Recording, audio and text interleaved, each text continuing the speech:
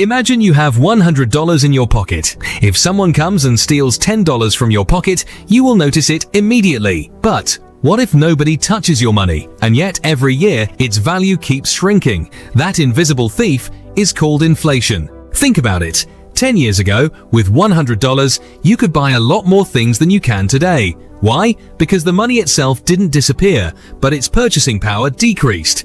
That's the game inflation plays. Let's say a cup of coffee costs $1 today, and you have $100. That means you can buy 100 cups of coffee. But a few years later, if that same cup of coffee costs $2, then with the same $100, you can only buy 50 cups.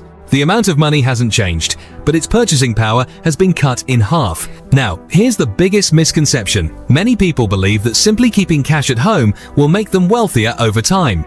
But in reality, if your money isn't growing and is just sitting there, inflation is slowly eating away at its value. That's why inflation is often called an invisible tax. You never receive a bill for it. You never get a notice in the mail. Yet every single day, all of us pay the price. This is exactly why wealthy people don't just save money, they invest it. They put their money into assets that have the potential to grow faster than inflation, helping preserve and increase their purchasing power over time.